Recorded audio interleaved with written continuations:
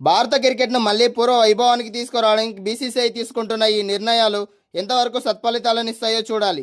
గౌతమ్ గంభీర్ స్థానంలో ఈ దిగ్గజం కోచ్గా వస్తే భారత యువ జట్టులో సరికొత్త ఉత్తేజం రావడం ఖాయమని విశ్లేషకులు భావిస్తున్నారు. భారత టీ20 క్రికెట్ జట్టు వరుస పరాజయాల నేపథ్యంలో దేశీయ క్రికెట్ బోర్డు అత్యంత కఠినమైన నిర్ణయాల వైపు అడుగులు వేస్తోంది. ఇంగ్లాండ్ చేతిలో ఎదురైన ఘోర పరాభవం, వరుస ఓటముల నేపథ్యంలో ప్రధాన కోచ్ గౌతమ్ గంభీర్ను బాధ్యతల నుంచి తప్పించేందుకు బీసీసీఐ సిద్ధమైనట్లు విశ్వసనీయ వర్గాల ద్వారా ఒక సంచలన వార్త వెలుగులోకి వచ్చింది. 2026 నాటికి టీ20 ప్రపంచ కప్ను గెలుచుకున్న తర్వాత భారత జట్టు ప్రదర్శన అట్టడుగు స్థాయికి పడిపోవడంపై క్రికెట్ ప్రపంచం తీవ్ర దిగ్భ్రాంతి వ్యక్తం చేస్తోంది. ఐర్లాండ్ పర్యటనలో చతికిలపడమే కాకుండా ప్రస్తుతం ఇంగ్లాండ్ సిరీస్ను కూడా చేజార్చుకోవడంపై బీసీసీఐ పెద్దలకు తీవ్ర ఆగ్రహాన్ని తెప్పించింది. ముఖ్యంగా జట్టు ఎంపికలో సీనియర్లను పక్కన పెట్టి యువ ఆటగాళ్లతో ప్రయోగాలు చేయడం దారుణంగా దెబ్బకొట్టింది. ఈ వైఫల్యాలకు ప్రధాన కోచ్ గౌతమ్ గంభీర్ అనుసరించిన మొండి వ్యూహాలే కారణమని బోర్డు నిర్వాహకులు బలంగా నమ్ముతున్నారు. ఈ క్రమంలోనే అర్ధరాత్రి జరిగిన ఒక ఉన్నత స్థాయి సమీక్షా సమావేశంలో గౌతమ్ గంభీర్ పదవికి ముగింపు పలకాలని బోర్డు నిర్ణయించినట్లు వార్తలు వస్తున్నాయి. గౌతమ్ గంభీర్ స్థానంలో భారత జట్టుకు సరికొత్త మార్గదర్శకత్వం అందించగల సమర్థుడైన కోచ్ కోసం బీసీసీఐ అన్వేషణ మొదలుపెట్టింది.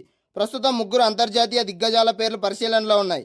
అందులో నెంబర్ 1 రిక్కీ పాంటింగ్. ఆస్ట్రేలియాకు 2 ప్రపంచ కప్లు అందించిన విజయవంతమైన మాజీ కెప్టెన్ రిక్కీ పాంటింగ్ పేరు ప్రస్తుతం రేసులో అందరికంటే ముందుంది. ఐపీఎల్లో ఢిల్లీ, పంజాబ్ జట్ల కోచ్గా పనిచేసిన అనుభవం, దూకుడైన శైలి కలిగిన రిక్కీ పాంటింగ్ అయితేనే కుంగుబాటులో ఉన్న భారత జట్టును మళ్లీ గాడిలో పెట్టగలడని బోర్డు భావిస్తోంది. Number 2 Stephen Fleming. Chennai Super Kings విజయాల్లో తెర వెనుక సూత్రధారి అయిన న్యూజిలాండ్ మాజీ సారథి స్టీఫెన్ ఫ్లెమింగ్ పేరు కూడా పరిశీలనలో ఉంది. ఆటగాళ్లను ప్రశాంతంగా ఉంచుతూనే వారి నుంచి అత్యుత్తమ ప్రతిభను రాబట్టడంలో ఇతను సంసిద్ధుడు. Number 3 Justin Langer. ఆస్ట్రేలియా జట్టును విజయపథంలో నడిపిన మరో కఠినమైన కోచ్ జస్టిస్ లాంగర్. ఈ పేరు కూడా బోర్డు పరిశీలిస్తోంది. జట్టులో క్రమశిక్షణ, గెలుపు కసిని పెంచడానికి ఇతను సరైన వ్యక్తి అని కొందరు బోర్డు సభ్యులు అభిప్రాయపడుతున్నారు. కొత్త కోచ్ రాకతో పాటు జట్టు ఎంపిక విధానంలోనూ బీసీసీఐ వ్యూహాత్మక మార్పులు చేస్తోంది. ఇకపై తుది జట్టును ఎంపిక చేసే విషయంలో ప్రధాన కోచ్ కానీ లేదా కెప్టెన్ కానీ ఎలాంటి నిర్ణయాలు తీసుకోలేరు. పూర్తి అధికారులను సెలక్షన్ కమిటీ అప్పగిస్తూ బోర్డు స్పష్టమైన ఆదేశాలు జారీ చేసింది. ప్రయోగాల పేరిట జట్టును బలహీనపరచడం సహించేది లేదని, ఫామ్ ఉన్న ఆటగాళ్లకు మాత్రమే జట్టులో చోటు దక్కుతుందని స్పష్టం చేసింది. ఈ పరాజయం టీమిండియాకు ఒక హెచ్చరిక లాంటిది. బ్యాటింగ్లో పోరాటాల పటిమ కనిపించినప్పటికీ బౌలింగ్, ఫీల్డింగ్ విభాగాల్లో ఉన్న లోపాలను సరిదిద్దుకోకపోతే భవిష్యత్తులో మరిన్ని ఇబ్బందులు తప్పవు. త్వరలోనే భారత్ లోపాలు అధిగమించి బలమైన పునరాగమనం చేస్తుందని అభిమానులు ఆశిస్తున్నారు. ఇంగ్లాండ్తో జరిగిన ఆఖరి 5వ టీ20 మ్యాచ్లోనూ భారత్ జట్టుకు తీవ్ర నిరాశ ఎదురైంది. పరుగుల వరద పారిన ఈ మ్యాచ్లో ఇంగ్లాండ్ నిర్దేశించిన 258 పరుగుల భారీ లక్ష్యఛేదంలో టీమిండియా నిరాశపరిచింది. ఇషాన్ కిషన్, తిలక్ వర్మలు అర్ధశతకాలతో పోరాడినప్పటికీ జట్టును గెలిపించలేకపోయారు. చివరికి 20 ఓవర్లలో 8 వికెట్ల నష్టానికి 201 పరుగులు మాత్రమే పరిమితమై ఓటమిని చవిచూసింది. ఈ పరాజయంతో ఇంగ్లాండ్ 4-0 తేడాతో క్లీన్ స్వీప్ చేయడమే కాకుండా సిరీస్ ర్యాంకింగ్స్లో టీమిండియాను వెనక్కి నెట్టి నెంబర్ 1 స్థానాన్ని కైవసం చేసుకుంది. ఈ మ్యాచ్లో టాస్ గెలిచి ఇంగ్లాండ్ను బ్యాటింగ్కు ఆహ్వానించిన టీమిండియాకు ఆరంభం నుంచే చుక్కలు ఎదురైంది. ఇంగ్లాండ్ కెప్టెన్ జోస్ బట్లర్ విధ్వంసకర శతకంతో కదం తొక్కగా హ్యారీ బ్రూక్ 95 పరుగులతో మెరుపు ఇన్నింగ్స్ ఆడాడు. వీరిద్దరూ కలిసి 2వ వికెట్కు ఏకంగా 233 పరుగుల భాగస్వామ్యాన్ని నెలకొల్పి భారత బౌలింగ్ను ముప్పతిప్పలే పెట్టారు. భారత బౌలర్లో ప్రిన్స్ యాదవ్, అక్షర్ పటేల్ దారుణంగా విఫలమయ్యారు. ఆపోజిట్ జట్టు చేసిన మొత్తం స్కోర్లో దాదాపు సగం పరుగులు వీరిద్దరి ఓవర్లలోనే రావడం ఒక ఆశ్చర్యకరం. ప్రిన్స్ యాదవ్ 4వ ఓవర్లో 60 పరుగులు సమర్పించుకోగా అక్షర్ పటేల్ 4 ఓవర్లలో 63 పరుగులు ఇచ్చాడు. ఇద్దరూ కలిసి 123 పరుగులు సమర్పించుకున్నప్పటికీ కనీసం ఒక్క వికెట్ కూడా తీయలేకపోయారు. దీనికి తోడు కీలక సమయాల్లో బట్లర్ ఇచ్చిన క్యాచ్లు కూడా ఫీల్డర్లు జారవిడిచడం భారత్కు శాపంగా మారింది. భారీ లక్ష్యంతో బరిలోకి దిగిన టీమిండియాకు ఆరంభం నుంచే గట్టి షాక్ తగిలింది. ఓపెనర్ అభిషేక్ శర్మ కేవలం 3 పరుగులకే అవుట్ కాగా సంజు శాంసన్ 27 పరుగులకే పెవిలియన్ చేరాడు. ఆ తర్వాత ఇషాన్ కిషన్, తిలక్ వర్మ హాఫ్ సెంచరీలతో మెరిపించడంతో భారత్ స్కోర్ 200 పరుగులు దాటింది. అయితే మ్యాచ్ గెలవడానికి కావాల్సిన రన్ రేట్ భారీగా పెరగడంతో భారత్కు ఓటమి తప్పలేదు. మ్యాచ్ అనంతరం భారత కెప్టెన్ శ్రేయస్ అయ్యర్ తీవ్ర నిరాశ వ్యక్తం చేశాడు. వరుసగా 2 సిరీస్లలో ఒక్క మ్యాచ్ కూడా గెలవని తొలి కెప్టెన్ నేనేనేమో. ఇక్కడి వాతావరణ పరిస్థితులకు అలవాటు కాకపోవడమే మా వరుస పరాజయాలకు ప్రధాన కారణం. ముఖ్యంగా ఈ ఇంగ్లాండ్ సిరీస్ నుంచి మేము నేర్చుకోవాల్సిన విషయాలు చాలా ఉన్నాయి అని అన్నాడు. బ్యాటింగ్కు అనుకూలించే ఇలాంటి పిచ్లపై ఆపోజిట్ బ్యాటర్లు ఇచ్చిన క్యాచ్ల అవకాశాలను అస్సలు వదులుకోకూడదని, కానీ తాము క్యాచ్లు చేజార్చుకోవడం వల్లే వాళ్ళు అదనంతరం భారీ స్కోర్ బోర్డుపై ఉంచారని అయ్యర్ చెప్పుకొచ్చాడు. చివరి 2 మ్యాచ్ల్లో బౌలింగ్ వైఫల్యం 100% కనిపిస్తుందని, ఒక బంతిని 3 పరుగుల చొప్పున సమర్పించుకుంటే మ్యాచ్ ఫలితంపై ఆ ప్రభావం ఖచ్చితంగా ఉంటుందని బౌలర్ల ప్రదర్శనపై అసంతృప్తి వ్యక్తం చేశారు. అయితే ఈ పరాజయాల నుంచి గుణపాఠాలు నేర్చుకుని తదుపరి సిరీస్కి పక్కా వ్యూహాలతో బరిలోకి దిగుతామని అయ్యర్ ధీమా వ్యక్తం చేశాడు. వరుస సిరీస్ పరాజయాలు, టీ20 నెంబర్ 1 ర్యాంకును కోల్పోవడం అయ్యర్ సేనకు పెద్ద ఎదురు దెబ్బ తగిలింది. వరల్డ్ ఛాంపియన్ హోదాలో ఉన్న జట్టు ఇలా వరుసగా క్లీన్ స్వీప్ కావడంపై మేనేజ్మెంట్ మళ్ళీ ఆలోచించాల్సిన అవసరం ఉంది. రాబోయే సిరీస్లో బౌలింగ్ లోపాలను సరిదిద్దుకొని జట్టు పటిష్టంగా పునరాగమనం చేస్తుందో లేదో చూడాలి. సౌత్స్టామ్ వేదికగా జరిగిన చివరి టీ20 మ్యాచ్లో భారత్ జట్టుకు ఘోర పరాభవం ఎదురైంది. ఇంగ్లాండ్ విధించిన 258 పరుగుల లక్ష్య ఛేదనలో టీమిండియా చేతులెత్తేసింది.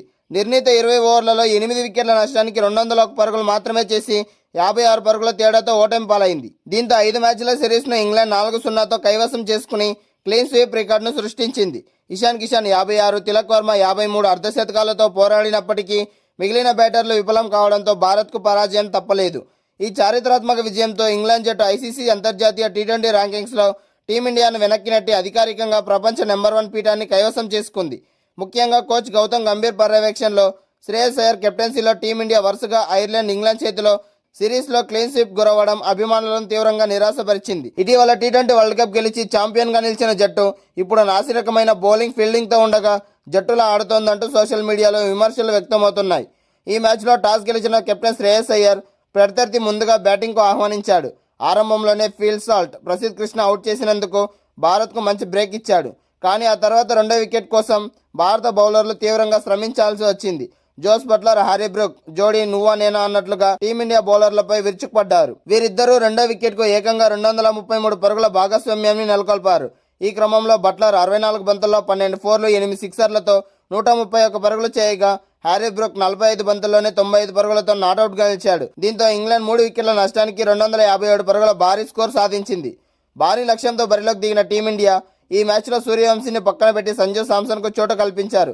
కానీ సంజు 27 పరుగులకే పెవిలియన్ చేరగా కెప్టెన్ శ్రేయస్ అయ్యర్ కేవలం 28 పరుగులకే పరిమితమయ్యాడు. ఇషాన్ కిషాన్, తిలక్ వర్మలు అర్ధశతకాలు సాధించినా జట్టును ఆదుకునే ప్రయత్నం చేసినా మిగతా బ్యాటర్ల నుంచి ఎలాంటి మద్దతు లభించలేదు. రన్ రేట్ ఒత్తిడిని పెంచడంతో వరుసగా వికెట్లు కోల్పోయిన భారత్ నిర్ణీత 20 ఓవర్లలో 201 పరుగులకే పరిమితమై 56 పరుగుల తేడాతో ఓటమి పాలైంది. టాస్ ఓడి మొదట బ్యాటింగ్కు దిగిన ఇంగ్లాండ్కు ప్రారంభంలోనే ఓపెనర్ ఫిల్ సాల్ట్ వికెట్ పడగొట్టి ప్రసిద్ధ్ కృష్ణ ఒక మంచి బ్రేక్ త్రో ఇచ్చాడు. సాల్ట్ ఇచ్చిన క్యాచ్ను సూర్యాన్ షెట్గే అద్భుతంగా అందుకున్నాడు. అయితే ఆ తర్వాత క్రీజ్లోకి వచ్చిన హ్యారీ బ్రూక్ అలాగే బట్లర్తో కలిసి మొత్తం పూర్తిగా ఇన్నింగ్స్నే మార్చేశాడు. వీళ్ళిద్దరూ రెండో వికెట్కు ఏకంగా 233 పరుగుల భాగస్వామ్యాన్ని నెలకొల్పారు. ఈ క్రమంలోనే బట్లర్ కేవలం 51 బంతుల్లోనే తన సెంచరీ మార్కును అందుకున్నాడు. అవుట్ అయ్యే సమయానికి బట్లర్ 64 బంతుల్లో 12 ఫోర్లు, 8 సిక్సర్ల సాయంతో 131 పరుగుల విధ్వంసకర ఇన్నింగ్స్ ఆడాడు. మరోవైపు కెప్టెన్ హ్యారీ బ్రూక్ కూడా కేవలం 19 బంతుల్లోనే హాఫ్ సెంచరీ పూర్తి చేసుకుని భారత్కు కోలుకోలేని దెబ్బతీశాడు. మొత్తంగా తాను ఈ మ్యాచ్లో 95 పరుగులు సాధించి సెంచరీ మిస్ చేసుకున్నాడు. భారత బౌలర్లలో హర్షదీప్ సింగ్ మాత్రమే 4 ఓవర్లలో 33 రన్స్ ఇచ్చి కొంతవరకు కట్టడి చేయగలిగాడు.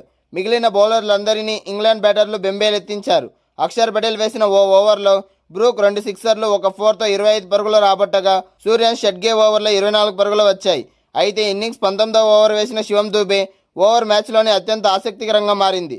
ఆ ఓవర్లో 6, 6, 4, వికెట్ 6 చొప్పున ఏకంగా 22 పరుగులు వచ్చాయి. కాకపోతే ఇదే ఓవర్లో దూబే సెంచరీ చేసిన జోస్ బట్లర్ను శ్రేయస్ అయ్యర్ క్యాచ్ ద్వారా అవుట్ చేయడమే కాకుండా ఆ తర్వాత బంతికే జాకబ్ బెథల్ని డకౌట్గా వెనక్కి పంపించడం విశేషం. ఈ మ్యాచ్లో భారత ఫీల్డింగ్ వైఫల్యాలు మరోసారి స్పష్టంగా కనిపించాయి. ప్రిన్స్ యాదవ్ వేసిన ఇన్నింగ్స్ 6వ ఓవర్లో శివం దూబే అత్యంత సులువైన క్యాచ్ను వదిలేసి హ్యారీ బ్రూక్ లైఫ్ ఇచ్చాడు.